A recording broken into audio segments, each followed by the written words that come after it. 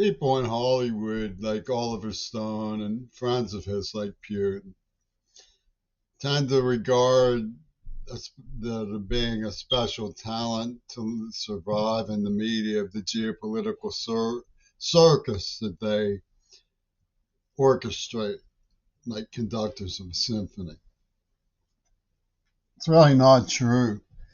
When you look at the fact that Spike Oldby, may do the right thing while I was publicly investigating Zell on Mount Desert Island and said nothing about it. And then WQED made it out that Zell was doing the right thing. Wonder how many, other worthless worthies knew about Greg Carl's persona impinging on the persona in order to traumatize a deaf man who they were abusing and stringing along for what they called a barbecue. How many other worthless worthies knew what sort of performance they were trying to get out of the golem?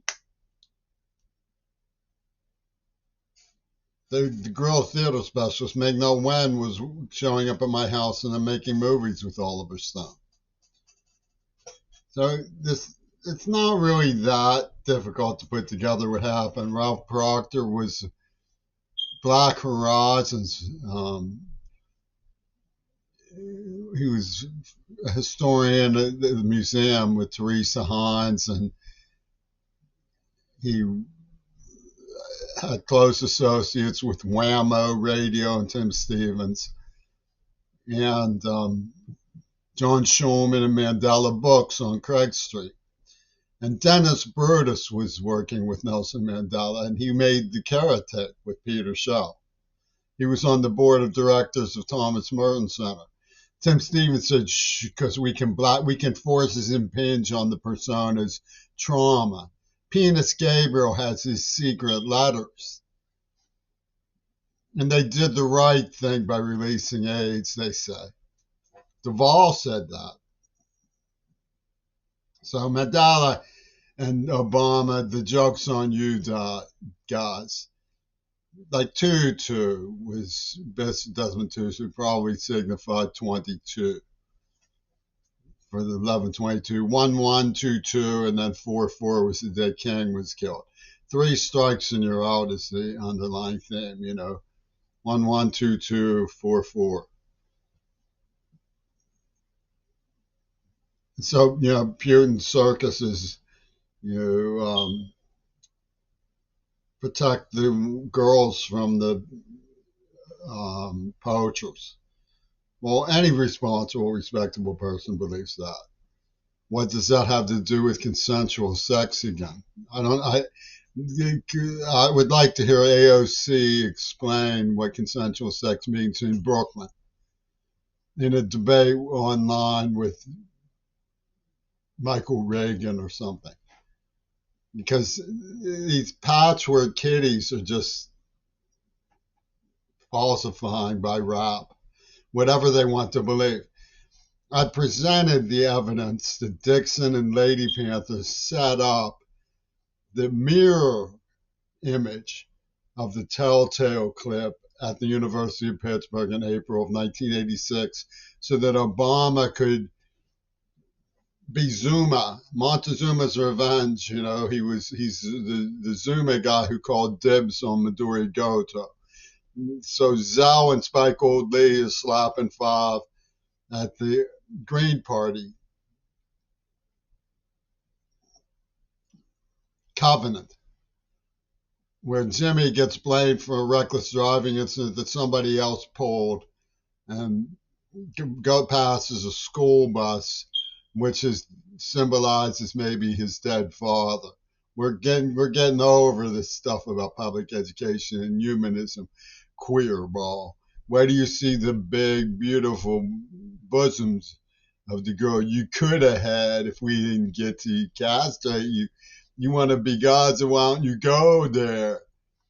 And Seattle says they're building momentum for justice. by dragging me through glass and giving me Parkinson's. And Putin's going, ho, ho, ho, ho, ho, in the halls of Africa.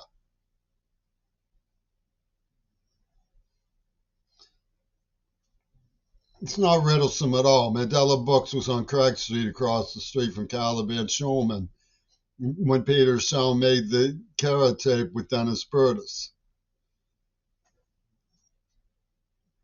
That's the way, we secret tape you, That's the way, we mind rape you, That's the sort of tape I made in those days.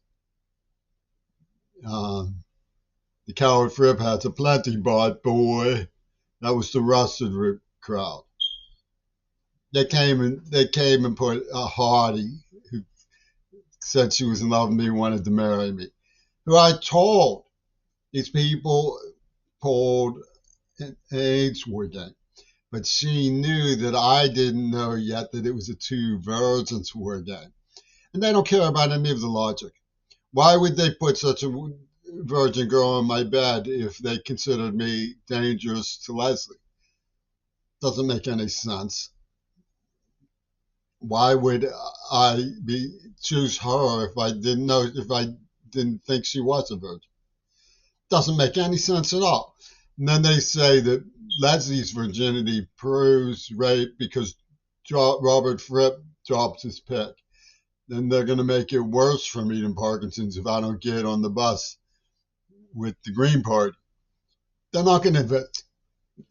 Eric Dixon got over on me. These people. It's water under the bridge. Yet they refuse to stop. One thing they cannot do is say that they have the legits. That's preposterous. Tony Levin was working with Edgar Snyder and Probanik. These are the people implicated in the murder of JFK Jr. You have the legits. It's an obscenity.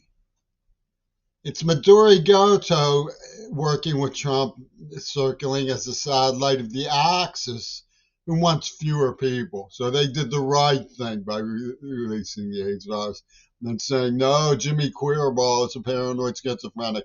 When I showed the letters of Gail Burstyn to Ralph Proctor in his office in front of the witness Charity Chesky, he said, I don't care about the letters. And then he quoted the villain in A Few Good Men. You care about truth. You can't take the truth. You can't take the truth. You want the truth. You can't handle the truth. That was the villain. I don't care about the letters. It's sophistry, but it's deadly. I mean, if they want to, they can. Look what they've already done to me. They deafened me. The KKK, a man named Casper, and Ronnie and Casper Weinberger, Ronald Reagan and Casper Weinberger in 1974, deafened me with someone from neurobehavioral research who implanted a nerve agent. And Seattle cannot say the words, I'm sorry, after I came here and told them that I was driven out of town by John Schulman's gang when he gets arrested. Seattle can't do that. They're psychologically incapable of it. Rosa cannot say, I'm sorry. Looking at Gaza, Rosa, Quaking Rosa, cannot say, I'm sorry. They have to say, no, we're building momentum, man. We're building momentum, man. They can't say they're sorry.